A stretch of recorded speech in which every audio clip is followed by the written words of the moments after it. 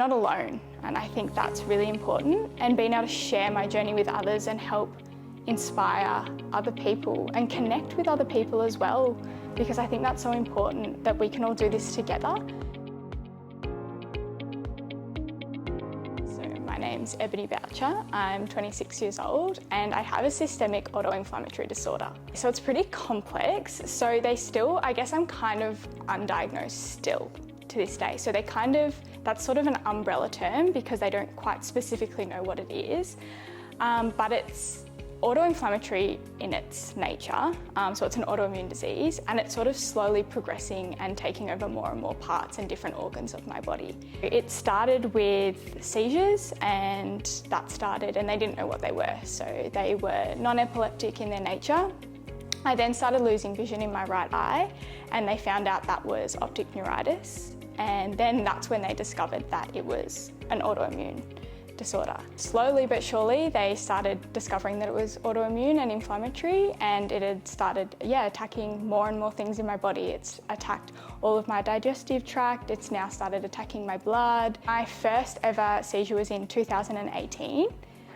It took 2 years to figure out that they were non-epileptic, and then in 2021 was when I lost vision in my right eye, and that's when they sort of discovered that it was all autoimmune. And until now, that's when they've discovered that it's a systemic autoinflammatory disorder.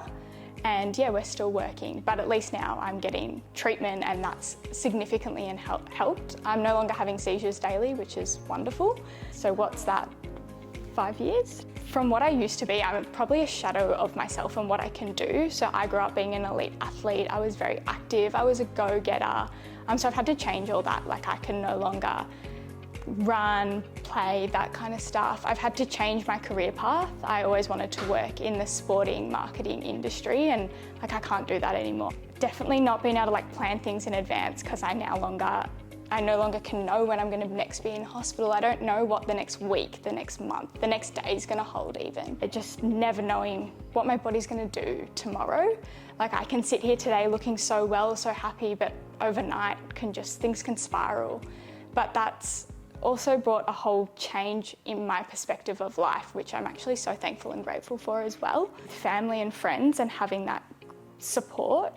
I found actually creating a community online. I've turned to TikTok, which is quite strange actually, but that's my outlet. All of my TikTok is chronic illness. I started it as a diary to document my journey, shifting my perspective and changing my whole outlook.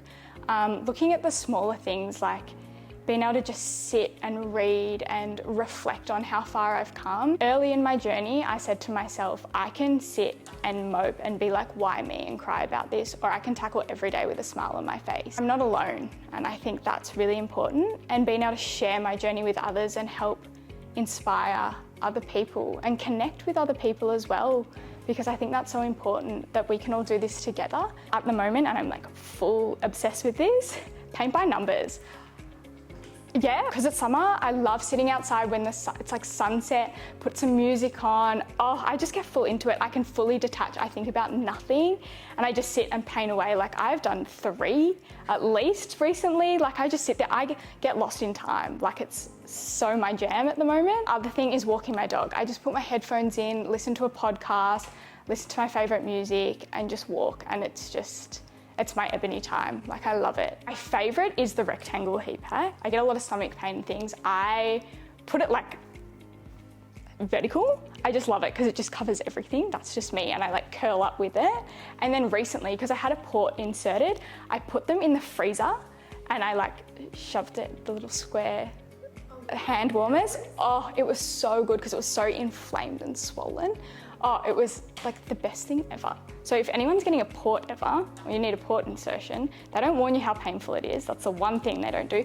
Put them in the freezer. Oh, it's so good. You're never alone. As many hospital visits, I've been in and out of hospital so many times over the last 2 years.